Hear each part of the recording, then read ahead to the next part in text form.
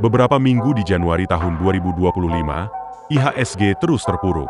Tapi beberapa hari terakhir IHSG rebound karena BI, tanpa diduga banyak analis, menurunkan suku bunga acuan. Namun berapa lama kabar baik ini akan bertahan? Bagaimana kondisi pasar kita secara keseluruhan? Apakah masih menarik untuk memilih saham Indonesia saat ini?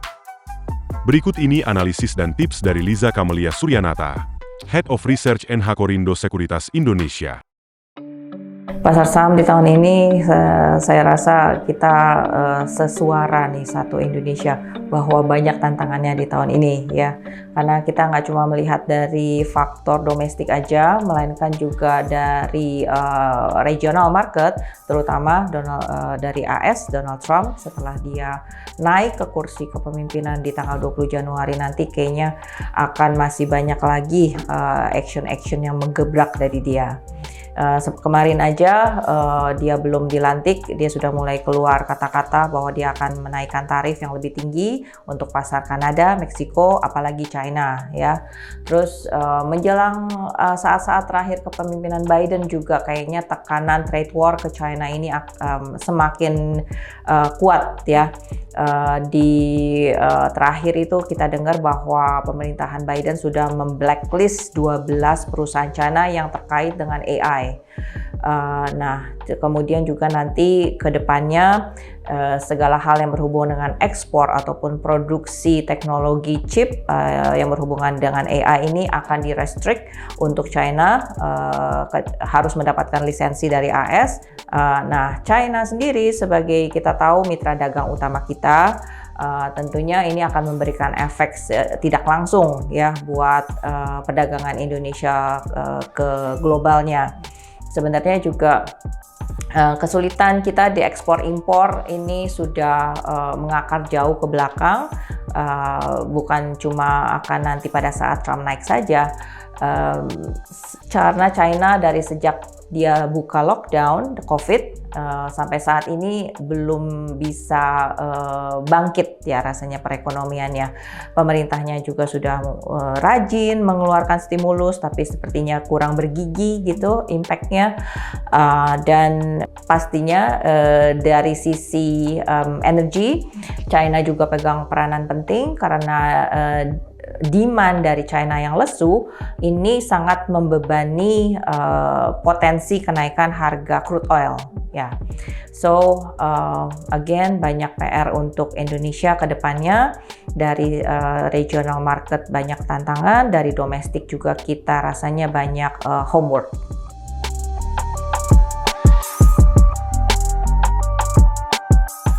IHSG Oke, berkaca dari performance tahun lalu ya, IHSG termasuk yang indeks yang kurang perform, apalagi kalau dibandingkan dengan US market di mana S&P 500 itu menghasilkan market return 50% selama 2 tahun belakangan. Kita kemarin tahun lalu minus 2,65% ya. Bahkan S&P 500 masih diramalkan bisa menghasilkan return sekitar 20%-an lagi tahun ini gitu. Nah, bagaimana dengan Indonesia? Mungkin kita harus mulai dengan angka yang konservatif dulu ya. Di tahun ini target untuk IHSG dari NH Korindo adalah di sekitar 7.400, 7.500 yang mana ini merupakan target tahun lalu yang tidak tercapai sebenarnya. Kita sudah revise down dari 7.800 jadi ke 7.400, 7.500 tetap tidak tercapai, dan bahkan di awal bulan ini, awal tahun yang mana harusnya kita mengharapkan ada January effect ya, ternyata itu belum muncul sampai pertengahan bulan. Malah IHSG harus memuji level psikologis 7.000 untuk kesekian kalinya, dan baru ketika kemarin BI potong suku bunga 25 bips dan angka inflasi Amerika ini terlihat cukup aman terkendali, baru ada reaksi rebound. Namun apakah kelangsungan rebound ini bisa awet lama? Nah, itu pertanyaan berikutnya ya.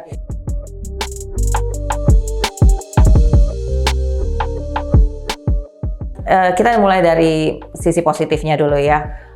walaupun preemptive action ini sangat tidak diduga-duga oleh banyak analis dan juga pelaku pasar rasanya, kalau Pak Peri Warjio kemarin itu kesannya berani banget nurunin suku bunga 25 bips, bahkan di saat US CPI itu belum rilis di malam harinya ya. Memang sih PPI alias inflasi di tingkat produsennya sudah keluar menjinak angkanya gitu. Nah, mungkin Pak Peri melihat dari sisi yield US Treasury ini sudah sangat berada di area resisten, sudah tinggi, ibaratnya sudah overbought gitu indikatornya, dan ya jadi beliau itu melihat bahwa ada kemungkinan inflasi akan bisa di bawah ekspektasi. Nah, tapi momentum di saat beliau melaksanakan kebijakan ini adalah ketika rupiah masih terkapar di level 16.300 per US dollar ya. Ini beda banget Bu dengan waktu Pak Peri itu menurunkan suku bunga secara tidak terduga juga bulan September lalu. Saat itu USD IDR ada di posisi 15.300, 15.200, 1.000 lebih kuat daripada posisi saat ini gitu. Nah, padahal tugasnya Bank Sentral adalah untuk menjaga stabilisasi rupiah, ya kan? Dan seringkali suku bunga ini kita pikir BI 7-day repo rate kurang punya cukup ruang untuk diturunkan, mengingat juga adanya ancaman inflasi di zaman pemerintahan Trump nanti gitu. So, ada satu teori lagi yang memaklumi pemotongan suku bunga adalah ketika ekonomi suatu negara berjalan lambat. Nah, jadi saya melihat adalah pemotongan suku bunga kemarin itu jelas-jelas tidak mendukung posisi rupiah, namun lebih menjustifikasi bahwa kalau ekonomi Indonesia ini memang sedang slow, sedang mengalami perlambatan gitu. Nah, kemudian ini juga bisa dibilang adalah suatu usaha yang terbilang desperate, ya cukup desperate untuk meningkatkan likuiditas di pasar, ya. Secara Indonesia sepertinya tahun ini akan butuh banyak dana, Bu. Satu adalah untuk membiayai program-program pemerintah yang terbilang cukup ambisius. Let's say makan bergizi gratis ya, yang baru saja diusulkan oleh Kementerian Pangan untuk ditambah anggarannya menjadi sebesar 140 triliun supaya bisa berlangsung sampai akhir tahun. Jangan sampai mogok di bulan Juli akibat anggaran awalnya yang cuma sebesar 70 triliun itu sudah habis. Dan kemudian kedua, ada beban utang luar negeri yang jatuh tempo tahun ini dan jumlahnya itu tidak sedikit Bu, hampir mencapai 1.000 triliun dan again pemerintah harus mencari cara bagaimana pembiayaannya begitu ya. Dan ketiga, di tengah banyaknya program dan kebutuhan untuk dana ini, pemerintah juga pastinya akan menggelontorkan banyak obligasi negara. Nah, bank-bank dan seperti DAPEN atau BPJS atau lembaga keuangan lagi atau instansi atau perusahaan diharapkan untuk bisa menyerap obligasi ini ya. Kalau nggak akan percuma aja pemerintah mengeluarkan obligasi demi mendapatkan uang cash tapi nggak ada yang menyerap obligasinya, akan sia-sia begitu. Nah, ketika bank seolah setengah dipaksa untuk menyerap obligasi ini, maka likuiditas mereka otomatis akan berkurang signifikan, yang mana sebenarnya uang bank itu alias DPK, oh ya sekedar info, DPK-nya juga sudah mulai dalam posisi turun. Ini harusnya bisa dialirkan untuk kredit ke masyarakat ya. Bank itu kan penghasilannya adalah dari net interest income, yaitu selisih dari kredit yang dia salurkan ke masyarakat versus deposito yang dia berikan gitu ya. Nah, kalau bank tidak bisa menjaga pertumbuhan kredit di level yang sehat gitu ya, karena ketidakadaan likuiditas tersebut, maka ini menjadi isu. Lambat laun performa bank dianggap berkurang, sementara bank adalah sektor finance yang menjadi tulang punggung IHSG, maka ini akan sangat mencerminkan bahwa ekonomi domestik sedang tidak baik-baik saja.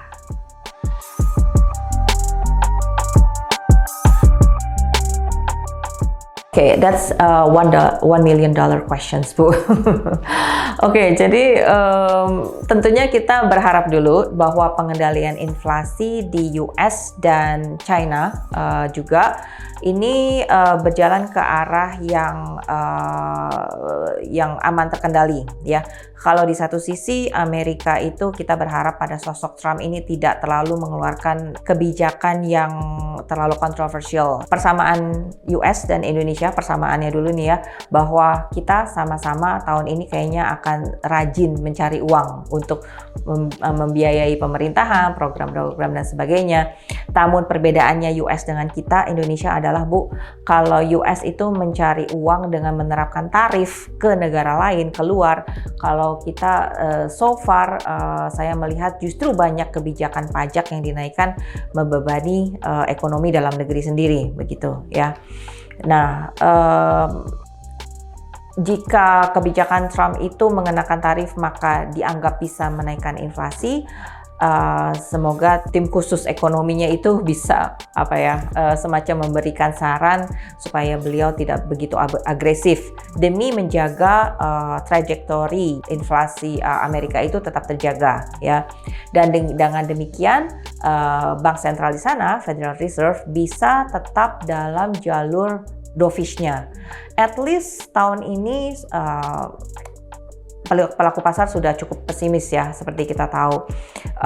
Pengurangan suku bunga di sana bisa antara cuma 1 atau 2 kali saja, masing-masing sebesar 25 bips ya. Bahkan mungkin itu tidak akan terjadi sebelum semester kedua. Jadi sekitar FOMC meeting dan Juni atau Juli, dan yang kedua adalah September. Kalau pemotongan suku bunga US ini bisa berjalan sesuai rencana, inflasi aman terkendali, dan otomatis emerging market seperti kita juga mulai mendapat aliran masuk asing, ya, dari sisi stock market, maka saya rasa pembelian asing yang sudah mulai terlihat kemarin itu bisa kembali terakumulasi gitu. Nah, itu dari sisi pasar ekuitas ya, Bu, ya. Kalau dari sisi pasar real alias investasi, kita mengharapkan FDI, Foreign Direct Investment, itu bagaimana caranya? Berkaca dari Vietnam yang merupakan negara saingan kita nih dalam mendapatkan investasi asing.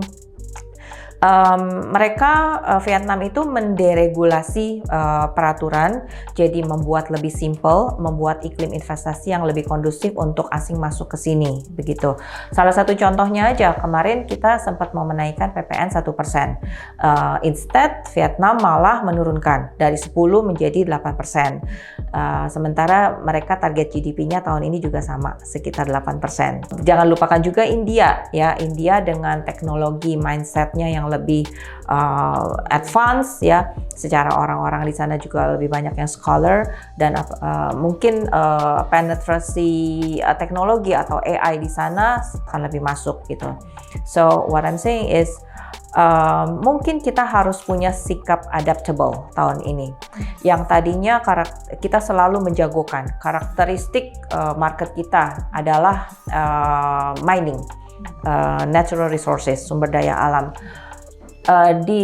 Setelah perang Rusia-Ukraina agak melunak, harga komoditi semuanya lagi pada jatuh, ya kan? Volume produksi mungkin kita masih tinggi, tapi otomatis laba berkurang karena harga komoditi itu sendiri juga turun jauh, ya. Let's say coal, batu bara, dari yang rekornya sempat 440, sekarang cuma ya sekitar 120 sampai 150 saja gitu. Moreover, coal itu sudah mulai ditiadakan penggunaannya dengan isu green energy, ya kan? Nah, jadi mungkin Indonesia juga harus punya sikap adaptable yang kuat dan gercep, harus menyadari, menerima bahwa beginilah kondisi dunia yang baru, begitu, yang lebih mengedepankan teknologi gitu. So far sudah mulai ada investasi di bidang itu. Jadi terdeteksi ada sekitar 8 perusahaan US raksasa teknologi yang mulai invest di sini, begitu. Dari sisi data center, pengembangan AI, dan kemudian juga pengembangan fiber optik di Indonesia. Ya, interestingly enough, banyaknya penduduk Indonesia ini merupakan suatu potensi untuk mengembangkan ekonomi digital. Memang targetnya cukup ambisius, ekonomi digital sampai 2030 itu dari Komdigi, dan rakyat Indonesia ini juga dikenal sebagai konsumen yang cukup rajin belanja, pengguna nomor 1 TikTok, ya. Selainnya juga rekor yang sebenarnya di bidang yang tidak bagus, yaitu nomor 1 di judul, Ibu, judi online gitu. Jadi ya, oke, of course kita berharap transisi di teknologi ini lebih mengarah ke sesuatu yang lebih sehat, tapi ya intinya adalah kita harus punya sikap adaptasi yang tinggi.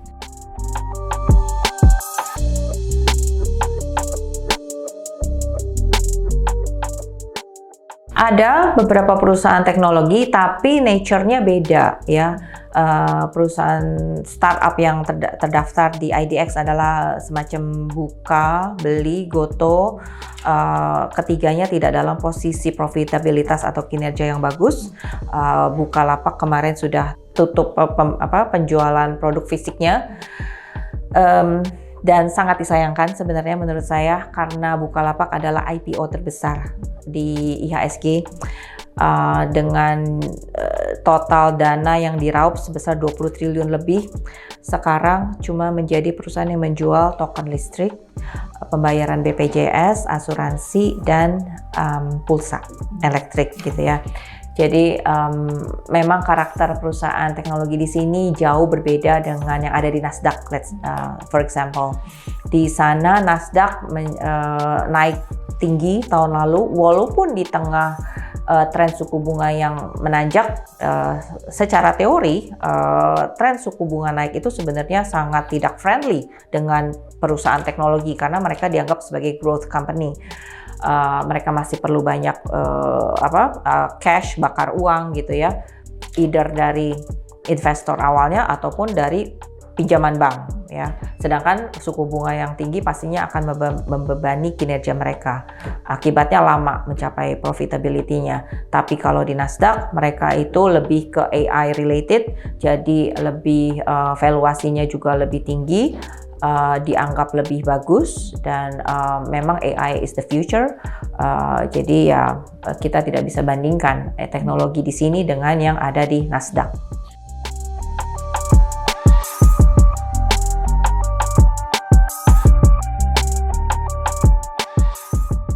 Nah, kalau bicara performance IHSG ya, kemarin 2 tahun di pasar ekuitas saya rasa cuannya kita nggak seberapa ya dibandingkan pasar lain seperti saham US ya, pasti naiknya mereka 2 digit ya Bu ya. Terus kemudian not to mention juga obligasi US pastinya. Obligasi adalah investasi yang terbilang paling aman sedunia ya kan, walaupun returnnya memang tidak begitu besar, but still dari yield US Treasury maupun Indonesia Treasury alias SBN itu masih lebih besar daripada return IHSG tahun lalu. Terus yang ketiga ada lagi satu investasi yang menarik dan kemarin naik panggung juga. Oke, emas ya. Dan emas ini bisa dibilang anomali, Bu. Emas ini biasanya naik ketika ekonomi mengalami resesi. Tapi ternyata ekonomi AS kan di label kuat terus begitu ya. Nah, emas ini juga naik akibat adanya pembelian masif dari Bank Sentral China. Terus kemudian juga mungkin akibat adanya konflik-konflik global di berbagai belahan dunia. Nah, yang keempat, yang menarik ini adalah cryptocurrency. Nah, cryptocurrency ini value transaksinya memang terbilang raksasa. Maret 2023 itu value kripto Indonesia adalah sebesar 14 triliun.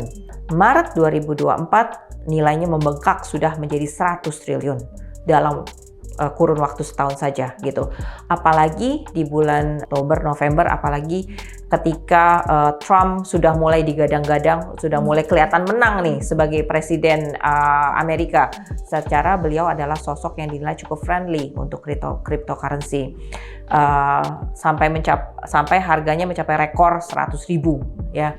Nah, jadi kalau dibilang apakah ada instrumen investasi lain, kayaknya sudah dari tahun lalu kita kebalap, Bu, ya. Dan apakah kedepannya masih akan diminati yang lain-lain, market yang lain-lain itu dibanding IHSG?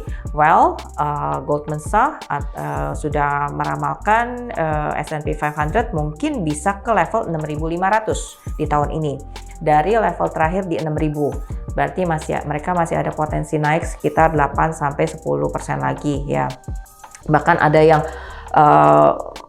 sedikit hiperbola juga bilang Bank of America 20% malah S&P 500 masih bisa tahun ini. Nah, itu lebih menarik lagi returnnya. Terus kemudian tidak sedikit juga yang meramalkan Bitcoin bisa ke 200.000. Ya, pokoknya intinya ramalan atau prediksi market itu banyak yang terkesan hiperbola di tempat lain gitu. IHSG ya kita sebagai pasar emerging market yang sayangnya kena senggolan dari apa yang terjadi di regional market dan global begitu. Unless kita punya suatu katalis positif sebagai bargaining power mandiri di market kita sendiri, ya rasanya kita cuma akan ikut arus aja gitu, Bu. Dan yang dikhawatirkan adalah kita cuma mendapatkan ibaratnya sisaan dari dana asing yang berputar di dunia ini gitu.